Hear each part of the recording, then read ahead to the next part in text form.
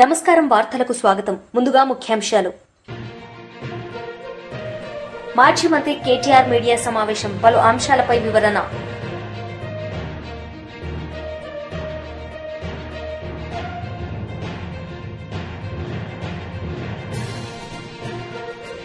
మాజీ మంత్రి బొత్స సత్యనారాయణ మీడియా సమావేశం, పలు అంశాలపై వివరణ. పోలిట్ బ్యూరో సభ్యులు వర్ల రామయ్య మీడియా సమావేశం నిర్వహించారు. ఈ సందర్భంగా ఆయన మాట్లాడారు.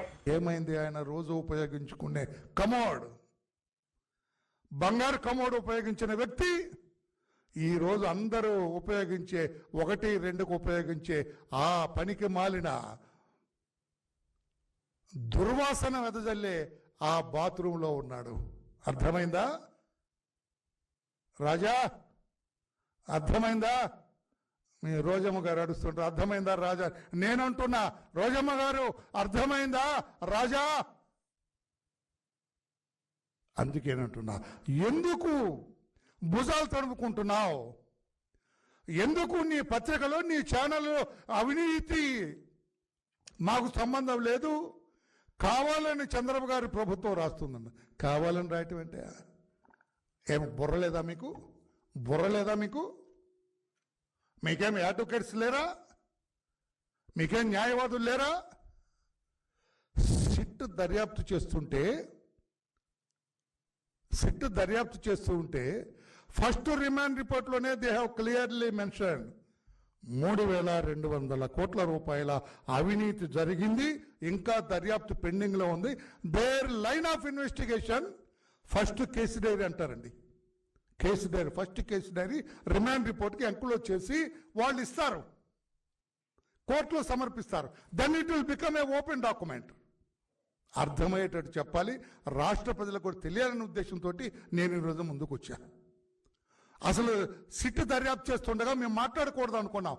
అయినా కూడా రాష్ట్ర ప్రజలు ఆ పనికిమాలిన పత్రిక, ఆ పనికిమాలిన ఛానల్లో మాట్లాడుతుంది ఒకవేళ నిజమనుకుంటారేమో, కాదు, అబద్ధాలు ప్రచారం చేస్తున్నారు వాళ్ళు అని చెప్పాలనే ఉద్దేశంతో మీ ముందుకు వచ్చాను. నేను లిక్కర్ స్కామ్లో 3,200 కోట్ల రూపాయలు అవినీతి జరిగింది.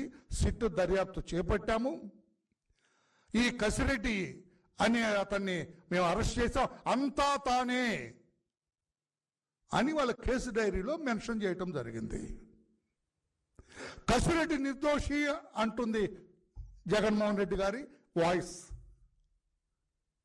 ఏవండి పాత్రికేయ సోదరులారు, మీరందరూ కూడా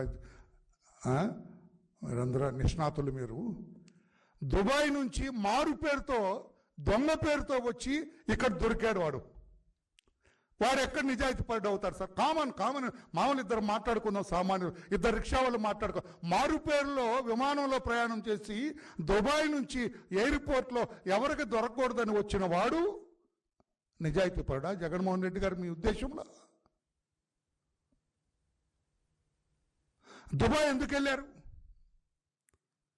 అందరూ దుబాయ్ ఏంటి కేంద్రీకృతం? ఏముంది దుబాయ్లో? ఏముందరో అక్కడ అందరూ అటే పరిగెత్తుతున్నారంట.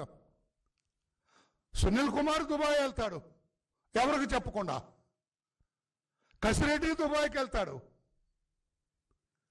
గోవిందప్ప, బాలాజీ గోవిందప్ప దుబాయ్ కేంద్రం, ధనంజయ రెడ్డి గారు ఆరు భార్య అక్కడి నుంచే బంగారం కొనుగోలు చేసి ఇక్కడికి వస్తారు. ఏముందయ్యా దుబాయ్లో? ఏంటి దుబాయ్ ఏంటి? ఏముంది దుబాయ్లో? అది కూడా దర్యాప్తు జరుగుతుంది. దుబాయ్లో దర్యాప్తు జరిగితే రాజా, అటు సిట్ దెబ్బ, ఇటు దుబాయ్ ప్రభుత్వం దెబ్బ. దుబాయ్ ప్రభుత్వం ఊరుకోదు కదా సార్, నువ్వే వాడు రా ఇక్కడ తెచ్చి ఇక్కడ పెట్టావేంట్రా, నువ్వు ఇంత ఎక్కడది రా నీకు అని వాళ్ళు ఎంక్వైరీ చేస్తారు కదా. అటు చెంప దెబ్బ, గోడ దెబ్బ రెండూ తప్పవు రాజా అని నేను తెలియజేస్తాను. నేను ఎవరి పేరు చెప్పట్లేదండి. రాజా అంటే మీరు ఎవరైనా ఊహించుకోండి. ఎందుకు నువ్వు నీ పత్రికల్లో ప్రజలను తప్పుదారి పట్టిస్తున్నావు? వాళ్ళు దర్యాప్తు చేసిన నిష్ణాతులైన అధికారి బృందం దర్యాప్తు చేసి కోర్టుకి వాళ్ళు రికార్డు సమర్పిస్తూ ఉంటే నీకేదన్నా నిర్దోషుల్ని పోలీసులు సిట్టు రూపేణా అరెస్టు చేసి అనిపిస్తే కోర్టు. మాజీ మంత్రి కేటీఆర్ మీడియా సమావేశం నిర్వహించారు. ఈ సందర్భంగా ఆయన మాట్లాడారు. ఆ ఫైర్ సర్వీస్ వాళ్ళు కూడా మాకు మాస్క్ లేదు కాబట్టి లోపలికి పోలేకపోతున్నామంటే ఇంతకంటే అన్యాయం ఉంటుందా? అట్లే వచ్చిన అంబులెన్స్ లో కూడా మాస్కులు పెట్టకపోతే, ఎందుకంటే ఎప్పుడైనా అగ్ని ప్రమాదంలో ఆ పొగతోని ఊపిరాడదు, ఆ ఊపిరాడకనే ఊపిరి పోతుంది, ప్రాణాలు పోతాయి. అట్లాంటప్పుడు ఆక్సిజన్ మాస్కులు లేకుండా, అట్లాంటప్పుడు వచ్చిన అంబులెన్స్ లో కనీస సౌకర్యాలు లేకుండా వస్తే ఎట్లా? ఆ సౌకర్యాలు ఆ ఫైర్ ఇంజన్ లా అంబులెన్స్ లో ఉంటే కొన్ని ప్రాణాలు బతుకుతుండే, కొంతమంది అన్న మా వాళ్ళు బతుకుతుండే అనే బాధ. ఇలా రాజకీయం లేదు, ఎవరిని తిట్టేది లేదు. కానీ ఒకటి మాత్రం వాస్తవం, ఇంత లాపర్వా ఉంటే మాత్రం ప్రజల ప్రాణాలు మల్లబోయే ప్రమాదం ఉంది. వాళ్ళు ఎంత గొప్ప వాళ్ళంటే, ఒకటే కుటుంబంలో 17 మంది చచ్చిపోయినాక కూడా వాళ్ళు అంటున్న మాట ఏంది ఇక్కడికి వచ్చినాకంటే, ఎవరిని తిడతలేరు, వాళ్ళు రాజకీయం చేస్తలేరు, ఎవరిని ఫలానా వాళ్ళు మంచోళ్ళు కాదు చెడ్డోళ్ళు అంటలేరు. మాకు ఇక్కడుండే హిందువులు సాయం చేసిండ్రు, ఇక్కడుండే ముస్లింలు సాయం చేసిండ్రు, అందరు వచ్చిండ్రు, అందరు సహాయపడ్డారు, అందరు కాపాడినరు. కానీ మాకు జరిగింది ఇంకొకరికి జరగద్దు. కనీసం ఇప్పుడన్నా ప్రభుత్వం మేల్కొనాలే, ఇప్పుడన్నా ముందుకొచ్చి ఈ రాష్ట్రంలో, ఈ నగరంలో మళ్ళొక్క ప్రాణం ఫైర్ యాక్సిడెంట్ లో పోకుండా కాపాడండి సార్, మాకు అంతకంటే ఏమొద్దు. దయచేసి మీరు వచ్చిండ్రు సంతోషంగానే, భవిష్యత్తులో ఇట్లా కాకుండా చూసుకోండి అని ఒకటే ఒక్క మాట వాళ్ళు చెప్తున్నారు. నేను ప్రభుత్వాన్ని కూడా అడిగేది ఒకటే, మీరు దయచేసి రాజకీయాలు నడుస్తూనే ఉంటాయి, తిట్టుకునుడు, మనం అసెంబ్లీలో తూకిత్తా అంటే మైకిత్తా రోజులో నడుస్తూనే ఉంటుంది, మేము దాని గురించి రాలే. కానీ ఇప్పుడున్న ఎండాకాలం వచ్చిందంటే మున్సిపల్ మంత్రి కానీ, మున్సిపల్ అధికారులు కానీ, పోలీసు వాళ్ళు కానీ, ఫైర్ ఇంజిన్ వాళ్ళు కానీ ఓ రివ్యూ పెట్టుకోవాలి, సమీక్ష చేయాలి, ఎక్కడ ప్రమాదం జరుగుతుంది. ఎందుకంటే ఇది densely populated area. Old city అంటే ముఖ్యంగా చార్మినార్ అంటే ఎక్స్ట్రీమ్లీ డెన్స్లీ పాపులేటెడ్ ఏరియా. ఇక్కడ ఒక ఫైర్ ఇంజిన్ రానికి పోనికి కూడా జాగుండదు, తెల్లారు లేస్తే అంత ట్రాఫిక్ ఉంటుంది ఇక్కడ. మరి ఇక్కడ ఏమన్నా అయితే ఎట్లా అనే ఒక ఆలోచన ముందు నుంచి ఉండాలి. ఇక్కడ ఫైర్ హైడ్రెంట్స్ పనిచేస్తున్నాయా లేవా, నీళ్ళు ఏడికెళ్ళి తేవాలి, ఇంజన్ అంటే వచ్చింది, నీళ్ళు ఏడికెళ్ళి తెచ్చుకోవాలి లాస్ట్ మినిట్లా, ఆ సోయి ఉండాలి, అధికారులకు ట్రైనింగ్ ఉండాలి, ఎప్పటికప్పుడు మాక్ డ్రిల్స్ ఉండాలి. అవేవి లేవు, ఇది మంచిది కాదు. రెండోది, అంబులెన్స్ వచ్చినాక ఆక్సిజన్ మాస్కులు లేకపోతే ఫైర్ యాక్సిడెంట్ అయిన కాడికి ఏం లాభం? వాళ్ళ బాధ అంతా ఏంటంటే 17 మంది చిన్న పిల్లలు 8 మంది పోయినారు. ఇంతకంటే అన్యాయం ఉంటుందా సార్? దయచేసి ఇంతకంటే దుర్దినం మా జీవితంలో లేదని వాళ్ళు చెప్తున్నారు. మేము కూడా ప్రభుత్వాన్ని ఒకటే కోరుతున్నాం, చచ్చిపోయినాక కాంపెన్సేషన్ ఒక 5 లక్షలు ఏదో ఇచ్చి చేతులు దులుపుకున్నాడు కాదు, భవిష్యత్తులో ఇంకెవరు చావకుండా చూడండి, భవిష్యత్తులో ఎవరికి ఇట్లాంటి దుర్మార్గమైన పరిస్థితి, ఇంత ఘోరమైన పరిస్థితి రాకుండా చూడండి. దయచేసి మీరు చేస్తున్నారు కొన్ని పనులు, ఇంకా మంచి పనులు చేయండి. అందాల పోటీలని వాటి మీద పెట్టిన శ్రద్ధ దీని మీద కూడా పెట్టండి, వాటి మీద పెట్టే ఖర్చు ఇక్కడ కూడా పెట్టండి. ఇక్కడనే కాదు, ఒక ఓల్డ్ సిటీనే కాదు, హైదరాబాద్ అనే కాదు, రాష్ట్రంలో ఏ మారుమూల పల్లె గాని పట్టణంలో గాని యాక్సిడెంట్ అయ్యింది అంటే వెంటనే ప్రాణాలు కాపాడుతందుకు కావాల్సిన సరుకు సరంజామా, మనుషులు, ట్రైనింగ్ ఇవన్నీ ఉండాలి. అవన్నీ ఉండకపోతే ఉత్తగానే వచ్చినాం పోయినామంటే కరెక్ట్ కాదు. ముఖ్యమంత్రి గారు కూడా వచ్చేది ఉండే, కనీసం వచ్చి చూస్తే, ఎందుకంటే ఆయననే హోంమంత్రి, ఇంకొకరు ఎవరు లేరు. మరి ఆయన కిందికే ఫైర్ డిపార్ట్మెంట్ వస్తుంది, ఆయన కిందికే హోంశాఖ వస్తుంది. ఆయన వస్తే అధికారులు కూడా అప్రమత్తంగా ఉంటారు, అధికారులు కూడా చేస్తారు. వాళ్ళు తనలాడేది వాళ్ళు తనలాడుతున్నారు, పోలీసు వాళ్ళు, మున్సిపల్ అధికారులు వాళ్ళు పాపం చేసే కాడికి చేస్తున్నారు. కానీ పైనున్నోళ్ళు పైసలు ఇవ్వాలి, ఇకప్పుడు మాక్ డ్రిల్స్ ఉండాలి. దయచేసి భవిష్యత్తులో ఎక్కడ కూడా మళ్ళీ ఇట్లాంటి ప్రమాదం జరిగేటట్టన్నా మనం ప్రయత్నం ఉండాలని కోరుతూ, మరి వాళ్ళకి ఇచ్చిన కాంపెన్సేషన్ కూడా కరెక్ట్ కాదు. 5 లక్షలు ఇచ్చిండ్రు, ఇక అదేదో సరిపోతుంది అన్నట్టు. కానీ ప్రాణ నష్టం జరిగింది, ఆ కుటుంబమే ఇవాళ అతలకుతలమైంది. ఖచ్చితంగా కనీసం ఒక 25 లక్షల నష్టపరిహారం ఇవ్వాలని చెప్పి రాష్ట్ర ప్రభుత్వాన్ని మేము కోరుతున్నాం. మళ్ళా భవిష్యత్తులో ఇట్లా ఎక్కడ కూడా ఎవరికి కూడా కావద్దు. సంబంధించి కూడా ప్రభుత్వం కొంత ఏదన్నా వాళ్ళకి మినహాయింపు ఇవ్వాలి, ఆ కుటుంబం కండగా నిలబడాలని కోరుతూ, ఇలా మేము రాజకీయాలు మాట్లాడడానికో ఎవరన్నా తిట్టేందుకు మేము రాలేదు.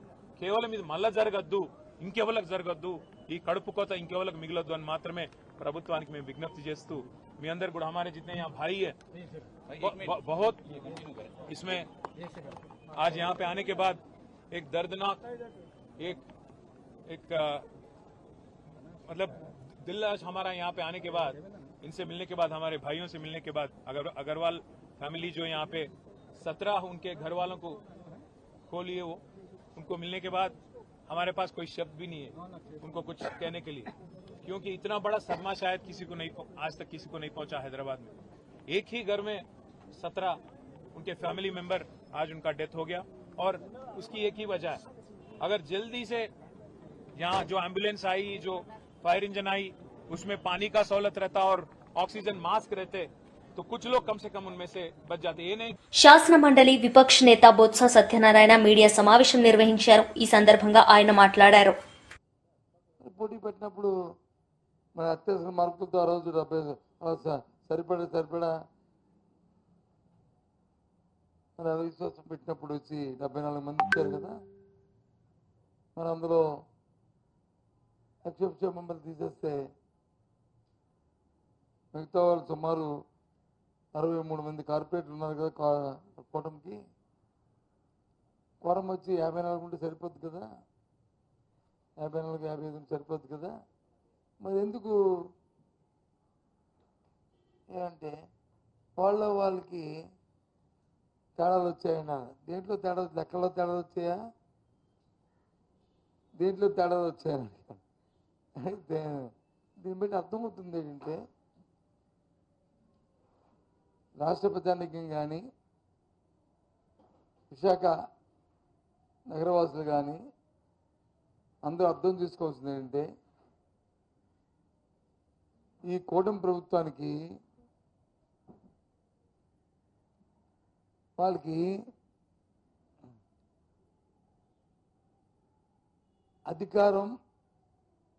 అధికారంతో పాటు దోచుకోవడం, ఈ రెండు వాళ్ళకి అవసరం. ప్రజల తాలూకా మంచి పరిపాలన చేయాలి, చూడాలి అనే ఆలోచన లేదనిపిస్తుంది. అది అంటే నాకు డిప్యూటీ మేయర్ వస్తే లేదు, నాకు మేయర్ వస్తే లేదు, నాకు ఇంకో పదవి వస్తే దాంతో అధికారం చెలాయిద్దాం, లేదు దాంతో దోచుకుందాం. దేనికోసమైనా ఎదుగుతాం. అసలు నిజంగా ఆ పార్టీకి తెచ్చుతుంటే, ఆ కూటమి పార్టీలకి కానీ తెచ్చుతుంటే ఎవరికి ఇచ్చుకోండి, మాకు అనవసరం సబ్జెక్టు, మాకు సంబంధమైన అంశం. కానీ పార్టీలో ఇదేంటి, ఎవరు నవ్విపోతారు. సుమారు 63 మంది కార్పొరేటర్లు ఉంటే దగ్గర 20 మంది కార్పొరేటర్లు వచ్చి డమ్మా కొట్టిస్తారు. అంటే పార్టీకి పట్టలేదు, ఎంతసేపు సింగిల్ పాయింట్ ఎజెండా అనేది అర్థమవుతుంది. కాబట్టి చాలా దురదృష్టకరం. ఇవాళ విశాఖపట్నం కార్పొరేషన్ సంబంధించిన ఎన్నికల్లో జరిగిన పరిణామం. దీన్ని బట్టి నేను మళ్ళీ చెప్తున్నాను, ఈ కూటమి ప్రభుత్వానికి అధికారమే ముఖ్యం తప్ప అది ప్రలోభపెట్టుకుని అవినీతి కార్యక్రమాలు చేయడమే తప్ప, దోపిడీ చేయడమే తప్ప ప్రజల సంక్షేమం కానీ ప్రజల తాలూకు అభివృద్ధి కానీ వీరికి అక్కర్లేదు అనేది ఈ ఎన్నిక స్పష్టం చేస్తుంది. దానికోసమే ఎక్కడ చూసినా సరే రాష్ట్రంలో సంఖ్యాబలం లేనప్పటికి కూడా ప్రభుత్వం తాలూకా అధికార దర్పంతో అధికార దుర్వినియోగం చేస్తూ పోలీసులు అడ్డబెట్టుకొని సాక్షాత్ ఎన్నికల కమిషన్ ఇచ్చిన ఉత్తర్వులను కూడా బేఖాతరు చేసి కృష్ణా జిల్లా లాంటి మున్సిపాలిటీల్లో దౌర్జన్యం చేస్తూ ఇవాళ పదవుల కోసం చేస్తున్నారు. ప్రజాస్వామ్యాన్ని అపాస్పాలు చేస్తున్నారు. ప్రజాస్వామ్యాన్ని అపాస్పాలు చేస్తున్నారు. ఇది వాస్తవం. ఇది చాలా దురదృష్టం. సంవత్సర కాలమైంది ఈ ప్రభుత్వం వచ్చి. ఈ సంవత్సర కాలంలో వ్యవస్థలన్నీ కూడా శాంతిశీలు అయిపోయాయి. ఏ వ్యవస్థ కూడా చట్ట ప్రకారం రాజ్యాంగ ప్రకారం నడుచుకోవట్లేదు. అన్ని వ్యవస్థలు కూడా ప్రభుత్వం తాలూకా గుప్పిడిలో పెట్టుకొని చట్టాన్ని చుట్టంలో చూసుకుంటున్న పరిస్థితులు వచ్చాయి. ఇప్పుడు చాలా దురదృష్టం. ఇది వ్యవస్థకి నష్టం, ఇది సమాజానికి నష్టం. ఇలాంటి పరిణామాలని చెప్పి మీ ద్వారా తెలియజేస్తాం. జరుగుతున్న పరిణామాలన్నింటినీ కూడా తీవ్రంగా మా పార్టీ ఖండిస్తుంది. నాకు అర్థం అవ్వలేదండి. ఎన్నికల ముందు వచ్చి చంద్రబాబు నాయుడు గారు కూటమి పెద్దలందరూ కూడా ఎంత అట్టాసంగా సూపర్ 6 అన్నారు. వైసీపీ లీడర్ మీడియా సమావేశం నిర్వహించారు. ఈ సందర్భంగా ఆయన మాట్లాడారు. పత్రికల్లో రాసేటటువంటి కార్యక్రమం ఇవన్నీ వాళ్ళకి ముందు నుంచి ఉన్నటువంటి అలవాటే కాబట్టి వాళ్ళు తుపాకీతో బెదిరించి ఏదైతే మార్గదర్శక చిట్ ఫండ్స్ షేర్లని అక్రమంగా సంతకాలు పెట్టించుకున్నటువంటిది ఉంది కాబట్టి సో అందరూ అలానే చేస్తారనేది వీళ్ళు ప్రొజెక్ట్ చేయాలనేటటువంటి ఆలోచన. ఈ మార్గదర్శి చిట్ ఫండ్స్ ఏదైతే జీజే రెడ్డి, ఆ జీజే రెడ్డి గారి దగ్గర ముందు ఈయన ఉద్యోగస్తుడిగా జాయిన్ అయ్యాడు. అది కూడా కమ్యూనిస్ట్ పార్టీకి సంబంధించినటువంటి నాయకుడు ఎవరైతే కొట్టపల్లి సీతారామయ్య గారు సిఫార్సు చేస్తే ఈ చెరుకూరి రామయ్య, తన పూర్తి పేరు చెరుకూరి రామయ్యల్లా చెరుకూరి రామోజీరావు అయిపోయాడు. చెరుకూరి రామోజీరావు వల్ల ఏదైతే ఈయన కంపెనీలో ఉద్యోగం చేరాడు. చేరిన తర్వాత 2 సంవత్సరాల్లోనే ఈయన ఒక వ్యాపారాన్ని చిట్ ఫండ్ సంస్థను స్టార్ట్ చేస్తున్నా అని చెప్పి జీజే రెడ్డి గారి దగ్గర డబ్బులు దాంట్లో ఇన్వెస్ట్ చేయించాడు. చేయించిన తర్వాత ఆయన జీజే రెడ్డి గారు అప్పటికే ఉన్న స్థాయిలో ఉన్నటువంటి వ్యక్తి. జీజే రెడ్డి గారికి అనేక కంపెనీలు ఉన్నాయి. ఆయన చెకోస్లోవేకియా అనేటటువంటి కంట్రీలో ఉన్నాడు. ఆయన కంట్రీలోనే అక్కడే చనిపోవడం జరిగింది. చనిపోయిన తర్వాత వాళ్ళ కుమారులు వచ్చి 2 కొడుకులు ఆయన వచ్చి వాటాలు అడుగుతుంటే ఆయన దగ్గర ఉన్న షేర్లు 288 షేర్లు వాళ్ళవి ఉన్నాయి. అడిగితే ఆయన రూమ్లో కూర్చోబెట్టి ఏదైతే వాళ్ళ కుమారుడిని తుపాకీ పెట్టి నువ్వు సంతకం పెట్టు, నిన్ను ఎక్కడ ఎవరుగా పడతాడో చూస్తా, ఈ ప్రభుత్వం కాదు ఏ ప్రభుత్వంలో అయినా నేను చెప్పినట్టుగా నడుస్తుంది, సో ఖచ్చితంగా నువ్వు సంతకం పెట్టకపోతే కుదరదు అని చెప్పి బెదిరిస్తే ఆయన తుపాకీతో బెదిరించి నేను చంపేస్తానని బెదిరిస్తే ఆయన సంతకాలు చేసినటువంటి పరిస్థితి. ఫామ్ SH కోడ్పై దానికి సంబంధించి ఆల్రెడీ వాళ్ళు కంప్లైంట్ ఇచ్చారు. ఆ complaint FIR కాపీలో A1 Ramoji Rao, A2 Shailaja Kiran, ఇది కిరణ్ గారు. సో ఇది రాయాలి కదా మీరు. ఇలా తుపాకులతో బెదిరించినటువంటి సంస్కృతి మాది, మా బతుకులంటా ఇలానే ఏడ్చినాయి. సో మేము ఇలానే బెదిరించి అన్ని వ్యాపారాలని లాక్కుంటాం. రామోజీ ఫిలిం సిటీ కూడా అట్లానే, ఆ రామోజీ ఫిలిం సిటీని ఆ చుట్టుపక్కల ఉండేటటువంటి గ్రామాలకి ఆ రోడ్లు కూడా ఈ రోడ్లోంచి వెళ్ళనీయకుండా మొత్తం చుట్టుపక్కల తిరిగేదాకా చేసాం. సో అక్కడ ఉన్నటువంటి భూములన్నీ అలానే లాక్కున్నాం. సో ఇది కదా మీరు రాయాల్సినటువంటి రాత. ఇది రాయకుండా నిరంతరం జగన్మోహన్ రెడ్డి గారి మీద బురజల్లుతూ ప్రతిరోజు ఏదో ఒక వార్త. మీరు రాయాల్సింది మద్యం సీసాల వైకాపా మాఫియా అని కాదు, చంద్రబాబు కోసం గుడ్డలొప్ప తీసుకొని నగ్నంగా నిలబడ్డ పత్రికా మాఫియా అని రాయండి. చంద్రబాబు నాయుడు కోసం నడి రోడ్డు మీద నగ్నంగా ఏ పనైనా చేయడానికి సిద్ధపడ్డాం, పత్రిక ముసుగేసుకున్నాం, పేరుకు జర్నలిజం, చేసేదంతా బ్రోకరిజం అని చెప్పి రాయాలి. మీరు మీ బతుకులు. ఇంకొక వార్త చూస్తే నకిలీ పేరుతో మోనికా బేడీకి పాస్పోర్టు, అది రాసి కృష్ణమోహన్ రెడ్డి తహసీల్దార్గా ఉన్నప్పుడే జారీ అని చెప్పి కృష్ణమోహన్ రెడ్డి గారి ఫోటోను మోనికా బేడీ గారి ఫోటో పక్క పక్కన వేశాడు. సిగ్గుండాలి కదా, మనిషి పుట్టక పుడితే ఇలాంటి రాతలు రాస్తారా? సిగ్గు, శరం, మానం, మర్యాద మొత్తం అవన్నీ ఉంటేనే కదా వదిలేయడానికి, అసలు లేవు కదా మీకు. సో చంద్రబాబు నాయుడు ఏం చెప్తే దానికోసం రాయాలి.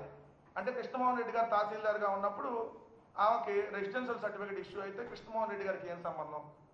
మినిమం సెన్స్ కూడా ఉంటుందా రాసేటప్పుడు? అంటే తహసీల్దార్ ఇస్తాడా? కింద వెళ్ళి తహసీల్దార్ వాళ్ళ ఇంటికి వెళ్ళి ఆ ఇంట్లో ఈ అమ్మాయి ఉందా, లేదా ఏ అబ్బాయి ఉన్నాడు, లేదంటే ఆ ఇంట్లో ఉన్న ఫ్రిడ్జ్ ఉందా, AC ఉందా, లేదంటే ఆ ఇంటి విస్తీర్ణం ఎంత ఉంది అని చెప్పి తహసీల్దార్ వెళ్ళి ప్రతి ఇంటికి వెళ్ళి చెక్ చేసి రెసిడెన్షియల్ సర్టిఫికేట్ ఇస్తాడా? VROను RI ఇస్తారా? ఈ మాత్రం ఇంగిత జ్ఞానం లేకుండా పత్రిక నడుపుతున్నా. ఏం చదువుకున్నావు? ఫస్ట్ నువ్వు చదువుకునే రాస్తున్నావా? లేదు బురదల్లాలి కాబట్టి ప్రతిరోజు ఇదే వార్తల. కృష్ణమోహన్ రెడ్డి గారు లాంటి నిజాయితీ కలిగినటువంటి ఆఫీసర్ మీద నువ్వు ఈ విధమైనటువంటి వార్త. ఇక్కడ నువ్వు రాయాల్సింది ఏంటో తెలుసా? చంద్రబాబు నాయుడు ముఖ్యమంత్రిగా ఉన్నప్పుడు మోనికా బేడీకి పాస్పోర్ట్ ఇచ్చాం. చంద్రబాబు నాయుడు అనేటటువంటి ఏదైతే ముఖ్యమంత్రిగా ఉన్నప్పుడే మోనికా బేడీకి పాస్పోర్ట్ వచ్చిందని దేశవ్యాప్తంగా హైలైట్ అయితే రాయాలి వార్త. ఎందుకంటే అట్లాంటి నాయకుడు, పెద్ద ప్రపంచ నాయకుడు ముఖ్యమంత్రిగా ఉన్నప్పుడు మోనికా బేడీ గారికి పాస్పోర్ట్ వచ్చింది. అది కదా మనం రాయాల్సినటువంటి వార్త. 2 రాస్తూ అప్పట్లో కర్నూలు ఎస్పీగా PSR ఆంజనేయులు గారు ఉన్నప్పుడు పాస్పోర్ట్ ఇష్యూ అయింది.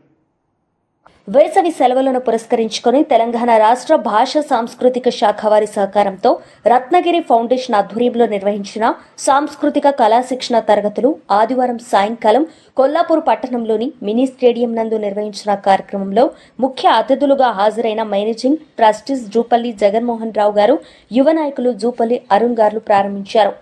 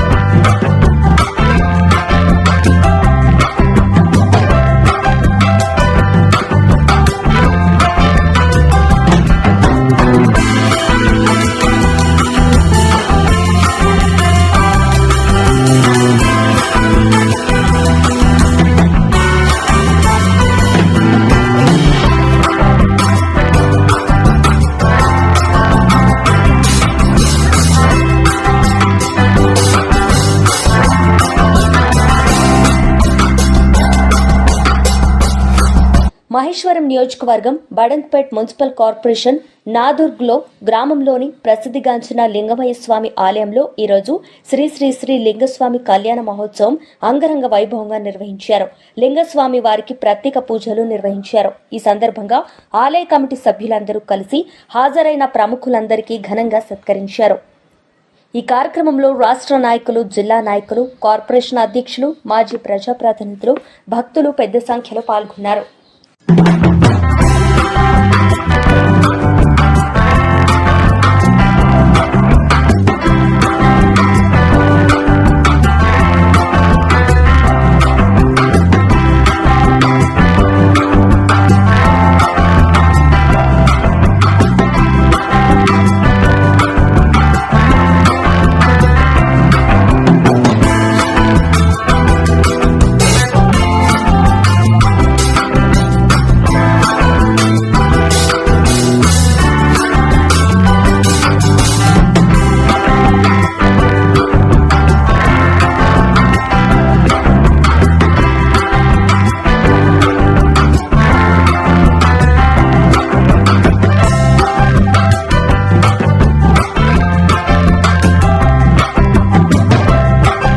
వార్తలు ముగించే ముందు ముఖ్యాంశాలు మరోసారి. మాజీ మంత్రి కేటీఆర్ మీడియా సమావేశం, పలు అంశాలపై వివరణ.